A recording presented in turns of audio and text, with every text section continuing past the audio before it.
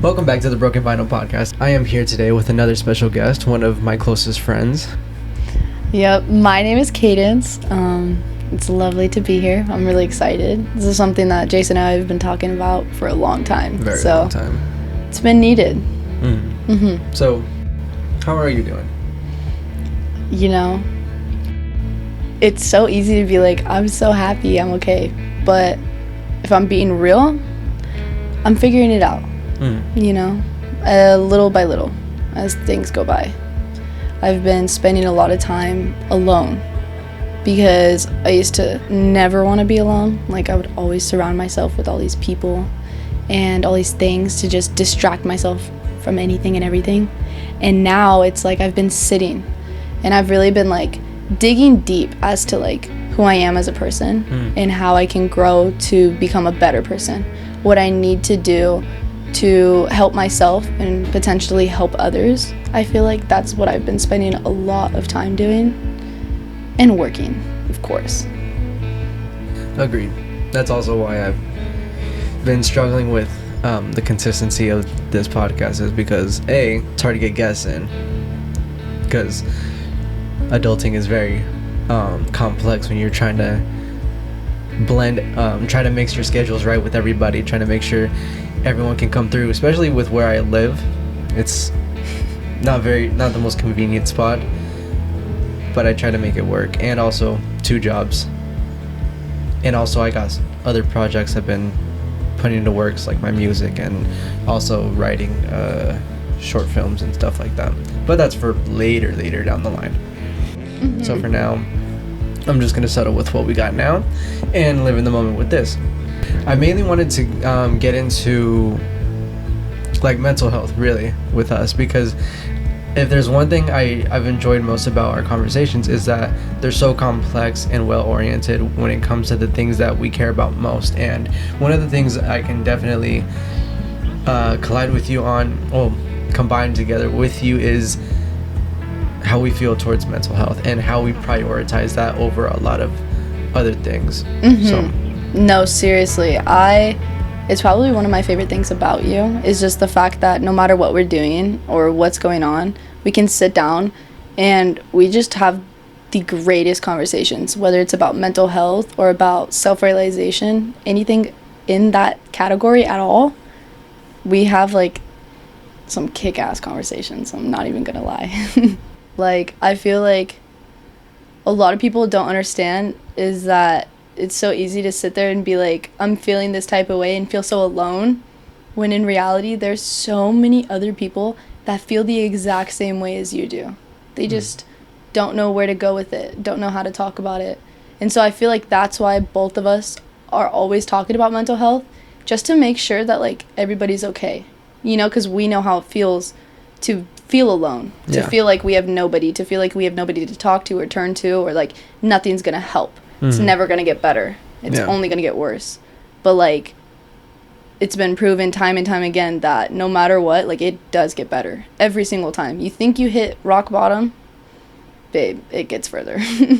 But to pull yourself out of that dark place is, like, something that a lot of people struggle with, you know? And so I feel like talking about that and just ways to, like, cope with anything, like, type of trauma, because nobody understands that trauma...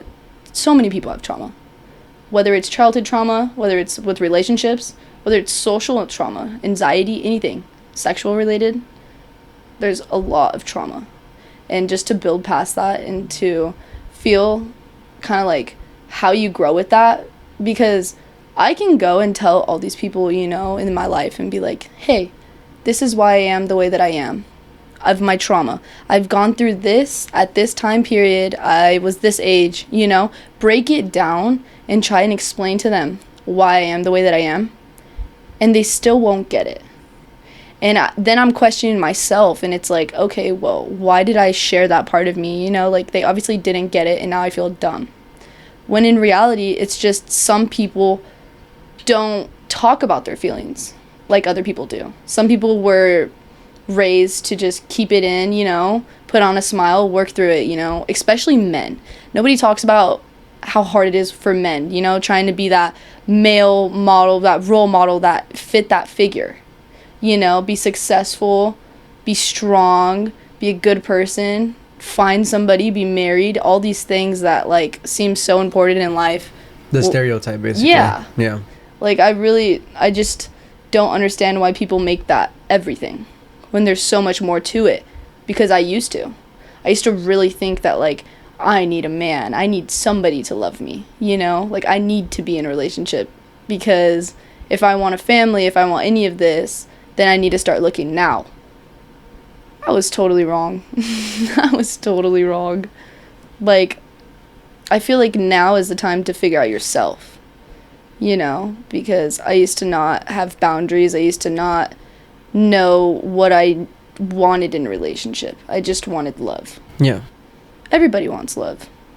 But, like, to find that is really hard. To find a genuine love, you know? Because I've had my fair share of, like, oh, well, I'm dating this person, and they make me feel great when I'm with them. I love that. But, like, do they see me for me? Yeah, exactly. You know, because every relationship I've ever been in, it's like them being like, well, you need to change. And I'm just like, why? You know, and sometimes they are like legitimate things. Like, I can say now, like today, like, yes, I have some problems with my anger. I have some problems with the way that I address certain issues. But, like, every day I'm working on trying to get better, you know? And it stays with you. Like, certain things people say stay with you. And that's something that a lot of people don't talk about. Like, even early childhood bullying, you know? Like, yeah, I remember kids used to, like, make fun of my nose all the time. And now, like, being older, probably one of my greatest insecurities, you know? And to grow past that and to accept it and be like, well, I got a big nose. What can I do about it? Exactly. Are you going to pay for my rhinoplasty? Are you going to get the surgery? I don't think so. So let me just live my life and stop being so mean. Like, I don't get it. I used to be a really mean person, you know, like really hateful. Used to wish the worst on everybody, and I don't understand why.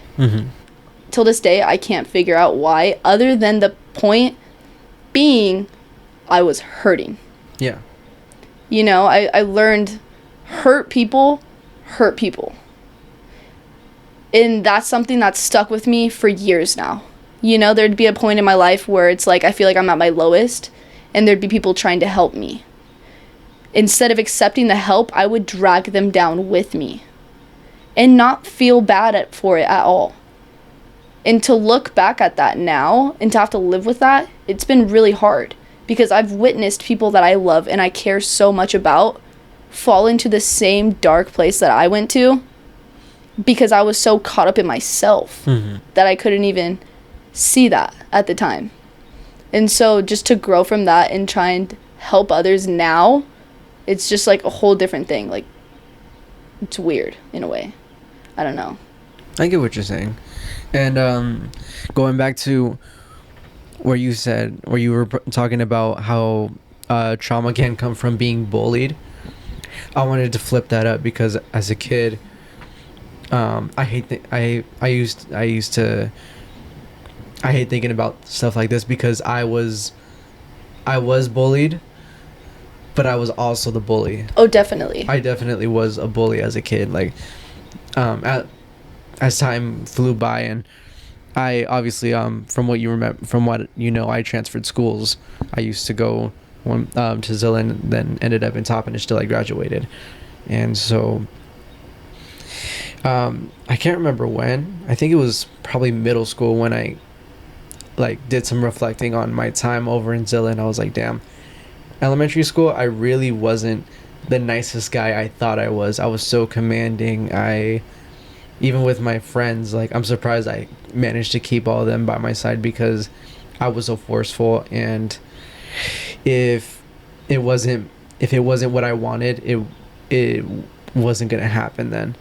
And I remember falling out with all my closest friends over there, probably 2 or 3 times each. And it sucks, because I never realized why that happened until I grew up, and then I was like, damn, I was really the problem, you know? And yeah, it became a form of trauma for me because I didn't realize what I was doing, and when... That's so real because I felt that. Yeah. I have a twin, not everybody knows that, but the people who do know that, like, my twin and I, it's like this. But whenever I was little, man, we're completely opposite. And so she was bigger than me, she was taller than me, she was everything that I wanted to be. Mm-hmm. And so because I was so jealous of that, I was so mean. I was so hateful to the one person that I love most, and I would bully her. I would bully her so horribly. I would call her fat names. I would make fun of her weight. I'd make fun of everything. And being young at the moment, I did not know just how much trauma I was causing my sister. I did not know just how much the things that I was saying would affect her later on in life. Mm-hmm. And it eats at me now. Because it's like, I look at her and I'm like, you are just so beautiful. My beautiful sister. The one that I love. The good, she deserves the world. And I will say that because she is a good person in her heart. But I will never forget when she sat me down and she told me the reason why she struggled with her self-image, the reason why she quote-unquote hated herself, everything, was because of me. Oh, that ate at me. I couldn't believe it. I couldn't believe it that I was the reason that she couldn't see her own beauty, And so hearing that, it almost changed me. It did change me, but it's like from that point on, my thing is that I know that I caused you this trauma, but I'm never going to let you forget how beautiful you are to me now and just how wrong I was. Mm-hmm. And so every day it's just like I try and remind her that you are beautiful inside and out. It's not society's image that you need to fit. Be yourself, The right person, the right time will come. But that is something I had to sit with, and that ate at me. And so I get that, to be bullied is to become a bully. Yeah. The moment I realized that I was actually the bully for the most part of my time in elementary school, or I can't remember exactly how long I was till I realized I wasn't, or until I moved on to not being that and actually being a good person. I all of a sudden got all these memories rolled back in of just being an asshole towards everyone and not even realizing what I was doing was wrong. Mm-hmm. And what I was doing was actually hurting their feelings. Like, I remember one moment in specific, it's just buried in my mind. We had this project where each student in this class, in our class, got a certain state for the United States, and we had to write a report on it. We had to do certain stuff about it and all that, and we were gonna show it across our whole school, or all of our classmates were gonna see it. Mm-hmm. And everything, and we were all gonna like ask questions about each other's states and fun facts, like give us fun facts about it, whatever. I think I shared Rhode Island with one person, and I ended up drawing the state. And I mean, for the people that know me, I'm a pretty decent artist. It's one of my favorite things to do, and I felt pretty confident about it, to the point where I got cocky.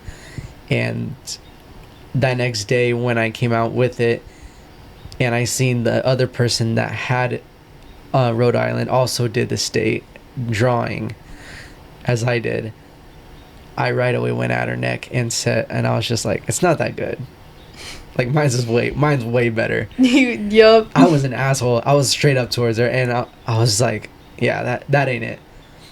Then I go away somewhere. I think I go with friends or whatever, and I go back, and I see her crying with her friends, and I'm completely clueless. I go, why is she crying? What's going on? And one of her friends goes, she's crying because of you. And I was like, what did I do? Mm-hmm. So clueless. Yep. Not even knowing what I did. It's so easy to like not see that. Yeah. And reflecting on that, then I was just like, damn, I don't think I ever got to apologize to her, and I feel so bad that I didn't.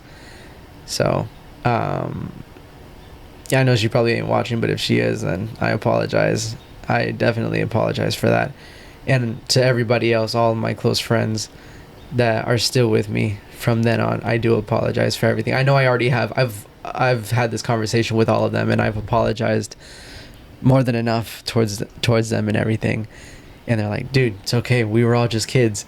And I get that, but it's like, that stuck with me. Mm-hmm. That stuck with me more than me being actually bullied. Yeah. Because it's like, why would I inflict that much pain towards these guys without them, like, either telling me and me ignoring it, or just not even, like, being too scared to even tell me or confront me about it, and still be my, like, close friends to this day, you know? Oh, definitely. And I feel like that just, like, circles back to the thing where it's like, hurt people. Yeah. You know? Yeah.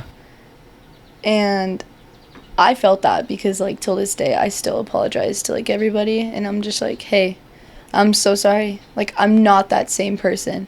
And it's crazy because, like, I read about this not too long ago. It's that certain people, like, somebody can hate you and not know you.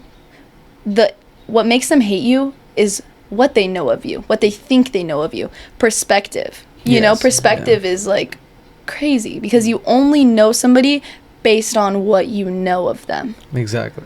The only person who you truly know is yourself at the end of the day, you know? And I feel like that's why it's so crazy sometimes when people see a certain side of you that they've never seen before, and it's so easy for them to react in a different way because they quote unquote thought you were a different person than you were. We live in a world of assumptions. Seriously. Yeah. And, like, I remember the first time my grandma, my sweet old grandma, my Nana, she yelled at me because I didn't do something. Oh my gosh. Like, I've never been more shocked in my life. Like, my heart broke. You know, it was like, that's not Nana. Mm-hmm. She's never yelled at me before. But I didn't know. It was so easy for me to be like, okay, well, I'm not going to talk to you now. Like, I don't want to visit you. I don't want to, you know, hang out because you really hurt me. But what I didn't know was just, like, what she could have been going through. Yeah. I didn't know that my great-grandparents were having health problems. You know, I didn't know that she was struggling with that and, like, everything and having to put on this happy Nana face. Yeah. You know? And so, like, perspective is everything. And even when it comes to talking and stuff, like, you can have all the conversations in the world with anybody about anything. But, like, conversation doesn't matter without comprehension. Mm-hmm. You can't talk to somebody if they aren't willing to sit down and listen to what you have to say. Exactly. I've tried so hard in my life to, like, beg people to stay. Beg people to listen to me.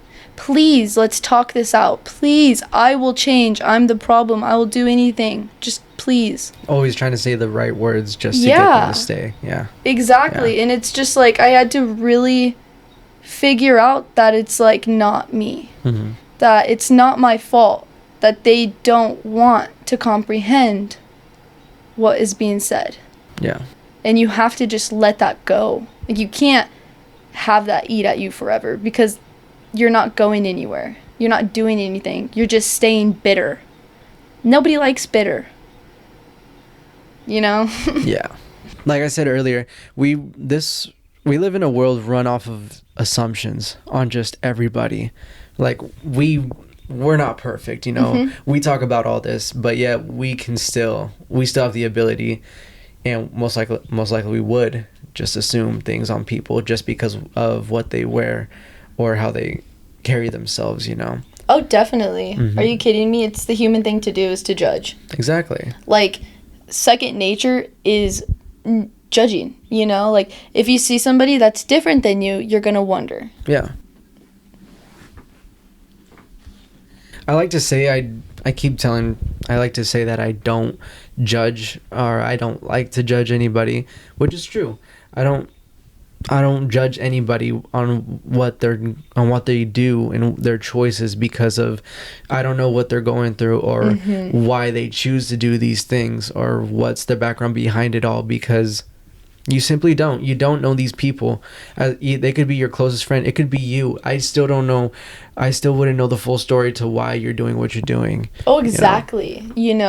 And that's another thing too, is like, it used to be so easy for me to judge people. Like, I can say that now because I used to be like, ew, like, what are they doing? But then it was like, when I finally reality checked myself, I was like, ooh, what are you doing? And so now it's like, I don't feel like I go to people and I judge them.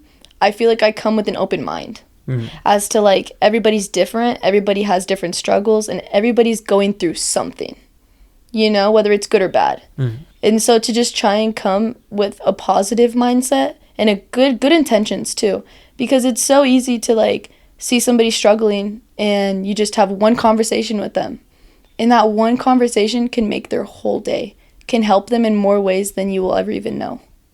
And I'm really heavy on that, especially working in customer service and all that. It's like, you have to put on a happy face, but I don't feel like I'm putting on a happy face. I feel like it's just me. And that's like the best feeling now, is like, I go to work and I'm so happy. Like, I greet these people and I talk about their days. And when they tell me, like, I had a really lovely conversation with you, that means more to me than, like, anything lately, is just being heard. I feel like that's, like, the one thing I kind of always want, is just to feel heard, to feel noticed. That's what we all want, is to feel heard. Because if there's one thing about me and why I struggle with mental health so much, it's mainly because I don't feel understood about a lot of the things that I think about or do with myself. And that's been one of the main things that's caused me to overthink so much, is because I'm like, I feel like no one truly understands me. I feel like nobody has this true idea that I've had in my head. No one sees my vision clearly, as clear as I will. And that's the sad part, is accepting that no one is gonna ever see that fully like you do. Everyone's different, and it's like, I'm still struggling with it. I'm still struggling on accepting it, because I'm only human, obviously. But at the end of the day, you gotta learn to just accept everybody for who they are, and if they're willing to stay and see your vision, hear it out, and see it in their own ways, then you just gotta be grateful. Definitely. I felt that, because it's like, I've made some friends with people who I never thought that I'd be friends with, like, totally different than me. Yeah. But we connect on so many little things. And that's the difference, is just, like, knowing that certain people can think the way that you do, it makes you feel less alone. Because sometimes I used to spend a lot of time alone and being like, do other people feel like this? Like, I used to feel like nothing was going to get better. It was only getting worse. Why is everything bad happening to me? Me. And then I finally stopped. I was like, stop being selfish and learn to be selfless. Yeah. And so now it's like, I put my energy into helping others, because it does help me. It does help me whenever I know for a fact that I can make somebody's day a little bit better, because I might be struggling too. Exactly. And that's why maybe I'm so big on the little things, because growing up, I kind of only had the little things. I didn't have the money to be comfortable. I didn't have 2 happy parents, Growing up with a single mom, that's trauma alone. And to get in a relationship with somebody who doesn't understand the struggle, it's really hard. Because it's like, you can try and break it down and explain to them, like, hey, this is why I am the way that I am when it comes to relationships. Growing up, I watched, my mom go through it all. Yeah. With the most shittiest people. And I told myself, being that little girl, that I would never do that I would learn from that. I got to high school and I followed in my mom's footsteps. I seemed to think that I deserved love that wasn't love.